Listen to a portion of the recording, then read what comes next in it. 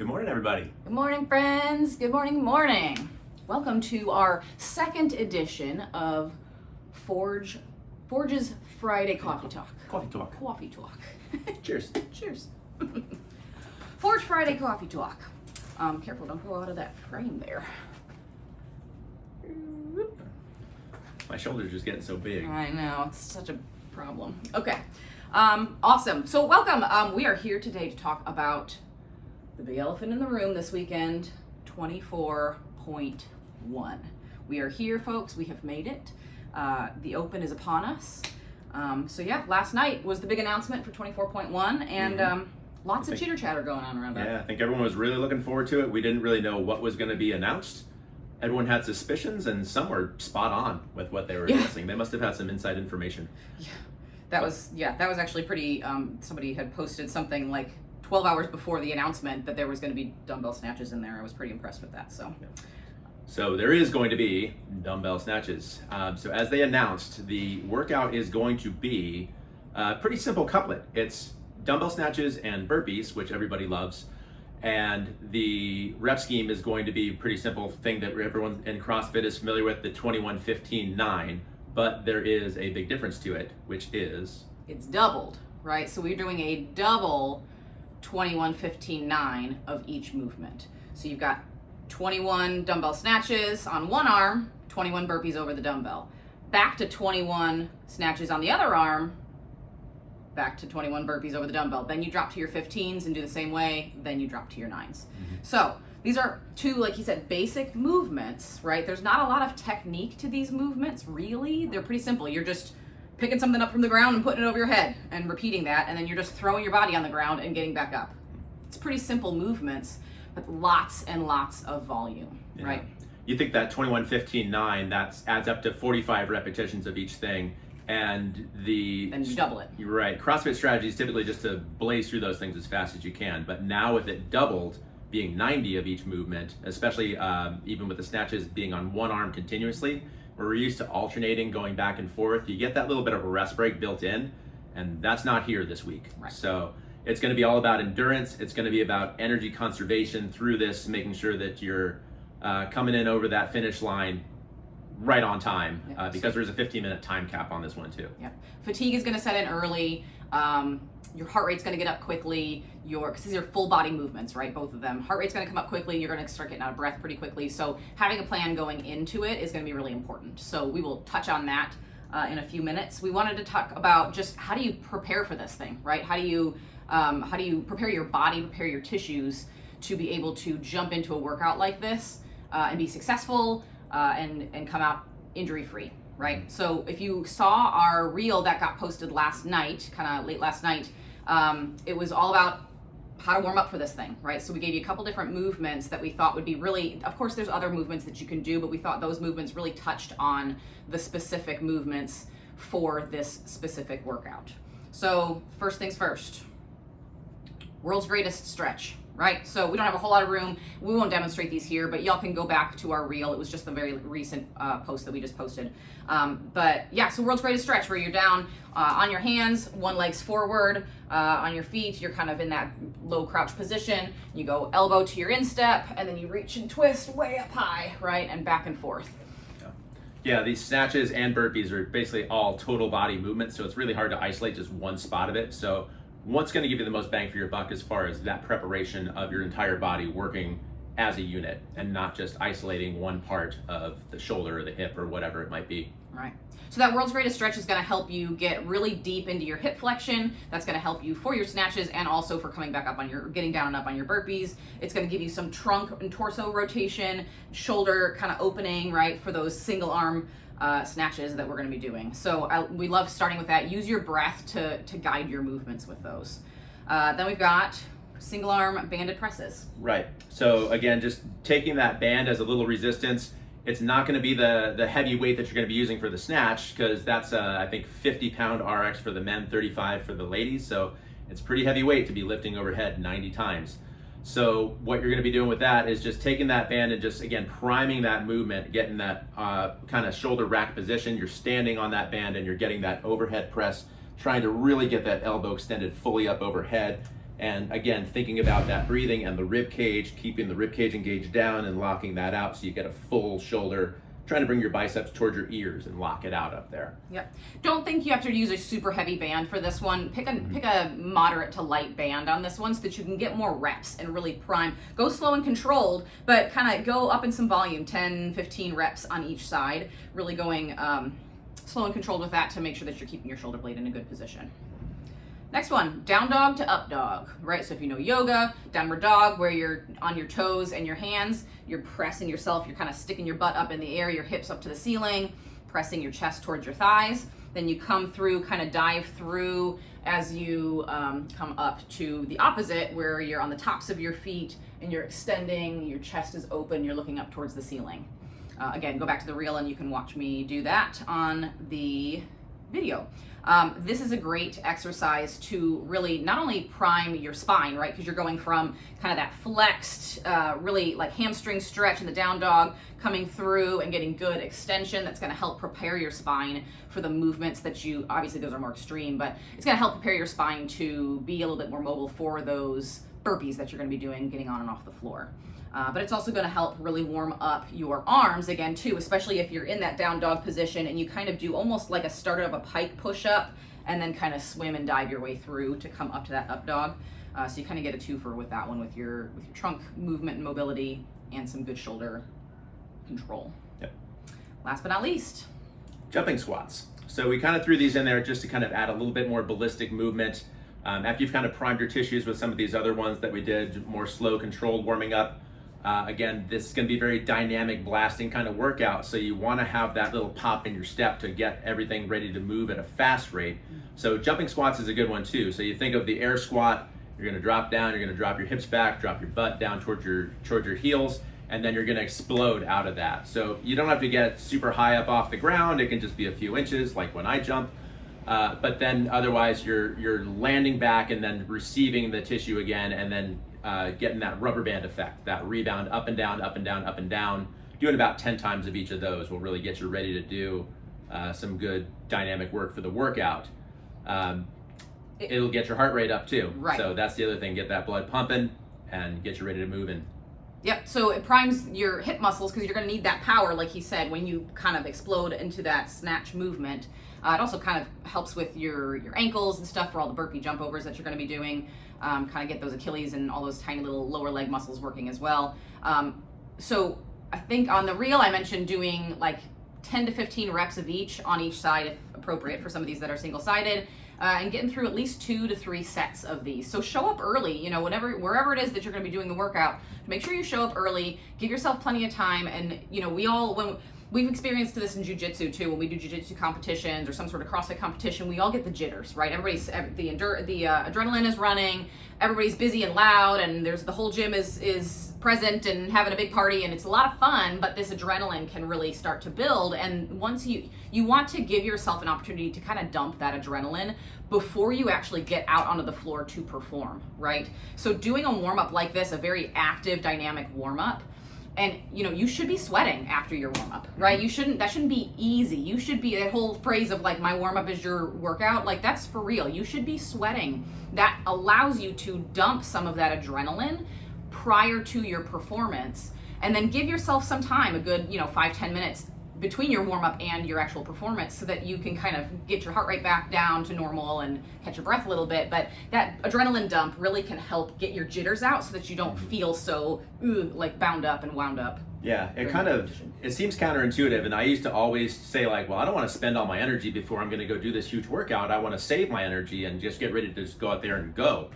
And I found out that just through experience that it actually works the other way around. You do a little bit to get that sweat going, you get a little bit of energy expended, and next thing you know, like you give yourself that little bit of time to come down off of that, but your performance is so much better after you get yourself warmed up. Yep, absolutely. All right, so check that reel out. It was just our most previous post. Moving on, we're going to talk a little bit about strategy for this workout, right? So there's a couple different lines of thought going around here the last couple of hours since the announcement. Do you come out hot out of the gate and just try and blow through those 21? Do you really conserve your energy? Do you break it up and all that kind of stuff? I think one of the best things that we've seen recently in the past 12 hours or so is talking about breaking these up, having a plan ahead of time, and breaking these groups up into sets that you can just stick to throughout and be consistent with, right? So for all of the sets of 21, obviously you can split that into 3 sets of 7, 7, 7, giving yourself short breaks in between, right? And we're talking like 5 to 10 seconds. So a breath, maybe 2 breaths, to just kind of let your heart rate come down very quickly and then jump right back into it. That goes for the snatches and for the burpees. If you need to just pause either at the bottom or at the top and just take an extra breath, I think that's a great way to help conserve your energy throughout. Yeah, I kind of feel like when your form is starting to break down, if your breath is not enough to sustain good form through the technique, that's where you want to try to avoid the injury as much as possible, because that's when things start to go wrong. Mm-hmm. Yep, absolutely. So 7, 7, 7 with that 21 sets of all the way across the board. The 15 set is something where you can kind of use your judgment, right? If somebody who maybe you're really not efficient with burpees, maybe you're a little bit newer to CrossFit, your cardiovascular system hasn't really come up to speed yet, you can break those down into 5, 5, 5, right? If you need an extra break in there. Otherwise, if you're more proficient with your burpees, if you've been doing CrossFit for a long time, your cardiovascular system is doing pretty well, doing a simple 8 and 7 is good. I think, you always could blow through those 15, but just remember that you have 4 sets of 15, and then you also have the 9s. The 15 in this 21, 15, 9 rep scheme is always the hardest. That middle set of whatever it is we're doing is always the hardest. So I think breaking it into 8 and 7 is a great idea. Again, very short rest breaks in between. And then once we get to that 9, it's really just about sending it. Yep. I mean, you can split it into 3, 3, 3 if you're really new, maybe a 5 and a 4. For those early 9s, and then that last set of burpees, you're sending it. You're going out as hard as you can. That should, if you keep to that rep scheme, that should keep you within that 12 to 15 minute range there. Yep.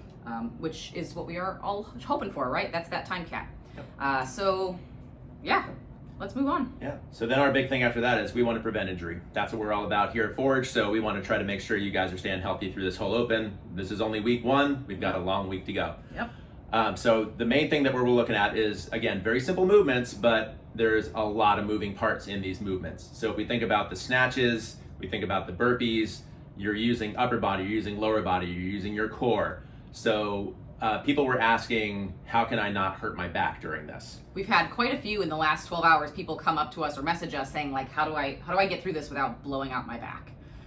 So yeah, I think that's the main concern for most people with this workout right now. Yeah. So we think about spinal alignment on things. So as we get tired with those burpees, we start kind of doing the worm. We kind of start doing this guy to get up and down from the ground. And that's where spinal segments are starting to kind of move in places where they're not shouldn't say they're not supposed to go. They should be able to go there. But as the muscles get fatigued, it's much harder for the spine to control itself. Right. And that's where you can start kind of getting tweaked. And it might feel okay for the first couple of sets, but then as you get tired, as you get into those later 15s and 9s, that's where the risk comes in. Mm-hmm. So to make sure that you're really working on controlling your core, you have control over that, right? It's going to get harder as you get tired, but to control that core with your burpees, and I know last night we were talking about, really working on, instead of the worm on the way up, actively squeeze your butt before you pop yourself back up. That helps you to kind of pop your legs back up underneath you instead of having to worm your way through the whole movement, and it keeps your spine stiffer, so your butt's doing the work, you're not forcing your spine to do a whole lot of work. Yeah. And same thing with the snatches too. We saw in the announcement workout, they had some of the elite athletes, the games winner from last year, I think, he was doing his snatches by just bending forward and just standing up with it. He wasn't even moving his legs. He was just hinging forward. Yeah, that's an interesting strategy. Yeah, but they're also elite athletes, and they can get away with things because the elite athletes are going to do things more for speed, right? Because they can. They're much more practiced than the average everyday athlete. So that's probably what he was doing, is more truncating his movements for speed. But for us everyday athletes, we need to keep in mind that there are better ways to do things. Yes, the open is about, can you get it done in the quickest time? But also, we have to remember that, there is life beyond the open. That's something I've been saying for the last couple of weeks. There is life beyond the open, so we have to be smart to know that, oh yeah, there are 2 more weeks here, and I want to make sure I get on the other end of this feeling really good and not hurting myself. So when it comes to those snatches, I can actually kind of scooch my thing out of the way and demonstrate something here. Do it. So when we talk about snatches, a lot of times people will be, sorry. I'm gonna go. I'm gonna go. He's just right there. So with the snatches, you'll have your dumbbell in your hand. A lot of times people are, when they get tired, they just bend forward, right? So they're just hinging from, they're not bending their knees much, they're just bending from the hips, which ends up, you can see my spine is really rounded, and if I'm really trying to touch both dumbbells, both heads of the dumbbell to the floor, right, because that's another thing people are worried about, you have to go all the way down, right? You can see how I'm twisted, right? So imagine how many repetitions all on one side, right? If I'm just flexing and twisting, that's gonna really light up a whole lot of stuff on this one side. Instead, I want you to think about keeping your chest and eyes forward and dropping your butt down, right? So you're here. Notice how that keeps my spine nice and straight as opposed to here. See how much more power she can generate from the bottom there too. Right. Your legs are gonna do the movement here, whereas here, your back is what's doing the movement. And that times 90 reps is gonna be bad news bears. So facing here, again, keeping your chest and your eyes forward and dropping your butt. Your butt should fall below your knees. It's a squat, right? It should be a deep squat to a thrust overhead. Deep squat to overhead, okay? Make sense? Good? Good. Anything else with that? You tired? Well, just a little sweaty. It's a little sweaty. It is Florida after all. Yeah, so those I think are the two main things in terms of how to avoid blowing out your back for this workout. So with the burpees, keeping controlled in your core, making sure that you're not allowing yourself to worm all of your reps. Squeeze your butt on your way back up to pop up underneath you. And then I would say with that too, if you need to, start off as efficiently as you can, and as you fatigue, pay attention to your body. Your body will give you signs and signals, right? I think a lot of us are so, you have to really train yourself to be able to pay attention to those signs and signals, right? So, but it will give you signs and signals. If you start to feel a little tweaky in your back halfway through the workout, slow yourself down. And if you need to adjust your burpees to doing step ups, go ahead and do it. That's totally allowed. That's part of the points of performance. If you look up 24.1, when they, they'll list all of the standards, right? Mm-hmm. So you can even step back and step up. Now that's going to slow you down. So if you can keep, one form, maybe just you stepping up and still hop back as long as you're feeling good, then stick with that. But yeah, so that's burpees. And then with those snatches, making sure that you're keeping your chest tall, eyes forward, drop your butt below your hip crease. Drop your hip crease below your knees. Did I say that right? No. Just drop your butt down. Get your butt low. Get your butt low. Drive it up. Don't bend and hinge from your spine and make your back do all the work. Drop your butt and make your legs do the work. That's going to be the key to keeping a safe back. All right. That's 24.1, friends. Yeah. It's going to be fun. It's going to be a good one. I think I'm excited. Yeah, we're doing some injury screens here at Lead tonight. So we'll be here a little bit early prior to, so like 5 to 8, I think we're doing injury screens. We already got a couple people signed up. So if you're going to be here at CrossFit Lead and you haven't signed up yet, you still can. We can shoot the link. I think it's in our link in bio. And then otherwise, just come up and find us. We will be squeezing into a heat though too tonight. So to make sure that we can get our workout in as well. But yep. Otherwise, I think that's it. If you have any questions about 24/1 that we didn't touch on, feel free to shoot us a DM, write a comment here as this gets posted. And we'll get back to you as soon as we can. Yeah, we'll be around today. Yeah. Looking forward to it. Yeah. Good luck, everybody, and stay safe, be smart. Again, remember, there is life after the open. We all want to come and have fun and work our butts off and do this dang thing, but please remember there is life after the CrossFit Open. There's also more CrossFit Open to get through. So yes. Work your butts off, have fun, and we will see you all at Friday Night Lights. All right. Go get it. Bye.